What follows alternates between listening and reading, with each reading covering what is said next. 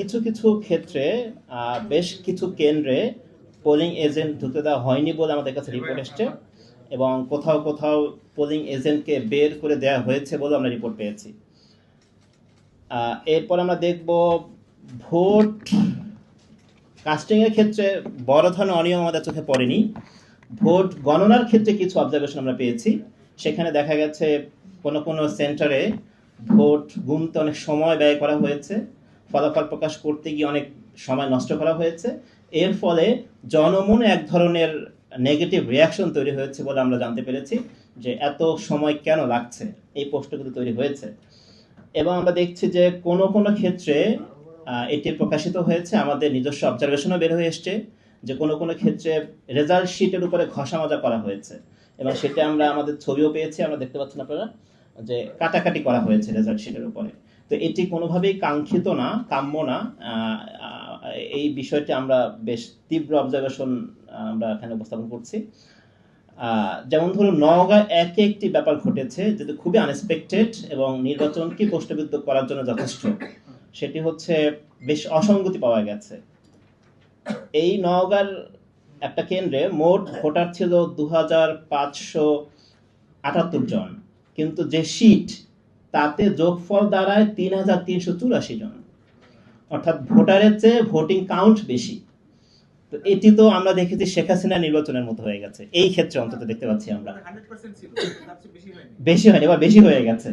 So এইটা একটা অসঙ্গতি আমাদের অবজারভেশনে চলে এসছে, এই বিষয়টি বোধহয় আমাদের কথা বলা দরকার। এবং আরেকটা জায়গা আমরা দেখেছি, সেখানে হচ্ছে একটা বিশেষ প্রতীকের সিল আগেই সেখানে মারা হয়েছে।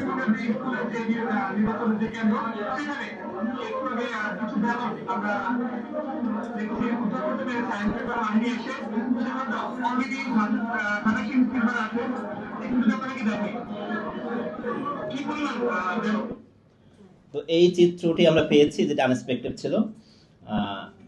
তবুও আমরা সার্বিক অবজারভেশন হচ্ছে আমাদের ইলেকশন ভালো হয়েছে, কিছু কিছু ব্যতিক্রম ছাড়া, এবং সেটি ইন্টারন্যাশনাল বিভিন্ন পর্যবেক্ষণ সংস্থা এখানে কাজ করেছে, তারাও বলেছে যে নির্বাচন ভালো হয়েছে। তবে আমাদের প্রত্যাশা ছিল যে 24 উত্তর জুলাই গণ অভ্যুত্থান পরবর্তী যে প্রথম নির্বাচন, সেটি একদমই প্রশ্নহীন হবে। সম্ভবত একদম প্রশ্নহীন হয়নি। এই জায়গাটিতে আরো বেশি কাজ করবার সুযোগ রয়েছে, আমরা সেটি রেকমেন্ড করছি এখান থেকে। তো এটি ছিল আমাদের প্রথম ধাপ। নির্বাচন কেমন হয়েছে সে পর্যবেক্ষণ দিয়েছি আমরা, ভালো হয়েছে, আরো ভালো হতে পারতো, এটা হচ্ছে আমাদের মূল কথা।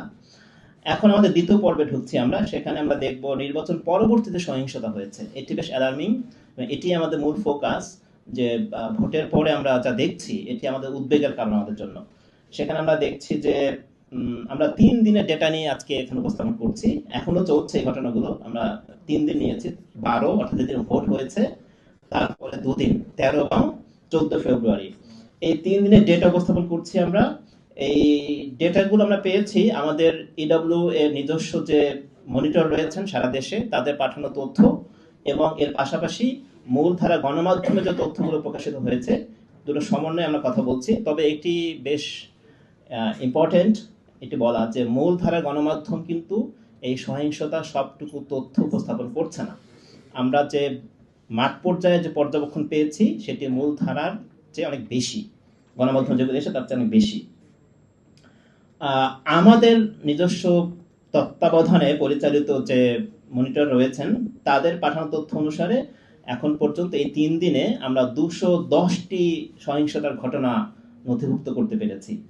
এটি কিন্তু কমপক্ষে, বাস্তবে আরো বেশি। আমাদের মনিটর যেহেতু সীমিত, সব জায়গায় আমরা যেতে পারিনি, সব তথ্য আমাদের কাছে নেই, কিন্তু কমপক্ষে সহিংসতার ঘটনা ঘটেছে 210টি, এই 3 দিনের কথা বলছি। এবং সহিংসতার ধরনগুলো যদি একটু দেখি, হত্যাকাণ্ড ঘটেছে। আপনারা জানেন যে আমাদের মিডিয়াতে এই বিষয়ে এক ধরনের ধোঁয়াশা আছে, মেইন স্ট্রিমে যারা আছেন। ঠিক কতগুলো হত্যাকাণ্ডের ঘটনা ঘটেছে নির্বাচনের পরে, এটি নিয়ে নানা রকম তথ্য পাওয়া গেছে।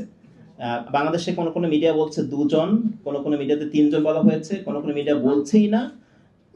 ডয়েসে ভেলে বলছে মৃত্যু হয়েছে 4 জনের, 4 জন হত্যাকাণ্ডের শিকার হয়েছে, ডয়েসে ভেলে রিপোর্ট। তো এটি আমাদের জন্য উদ্বেগের। নির্বাচন সুষ্ঠু হওয়ার পরেও যদি এরকম সহিংসতা ঘটে, ধর্ষণের ঘটনা ঘটেছে বলে জনমনে একটি ধারণা তৈরি হয়েছে, যদিও প্রশাসন থেকে নোয়াখালীর ঘটনাটিকে এখন অস্বীকার করা হয়েছে, এই জন্য এটিকে আমরা হাইলাইট করছি না, যেহেতু ঘটনাটা আমরা নিশ্চিত না এখন পর্যন্ত আমরা।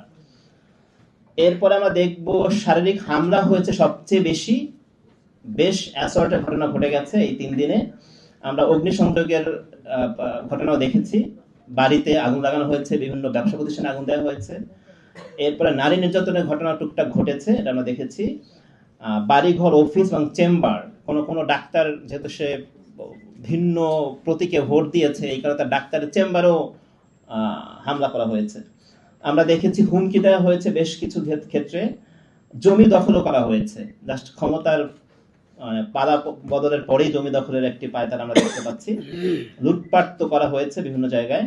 আর হচ্ছে একটা ঘটনা পেয়েছি, মসজিদ থেকে ইমাম সাহেবকে বের করে দেওয়া হয়েছে নির্বাচনকে ইস্যু কেন্দ্র করে।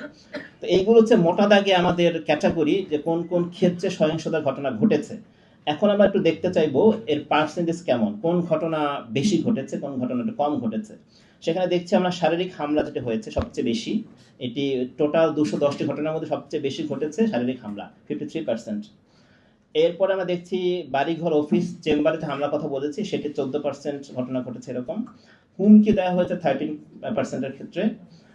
অগ্নিসংযোগ করা হয়েছে 10% এবং অন্যান্যের মধ্যে 10% রয়েছে। এই হচ্ছে সহিংসতা মোটামুটি একটি ম্যাপিং।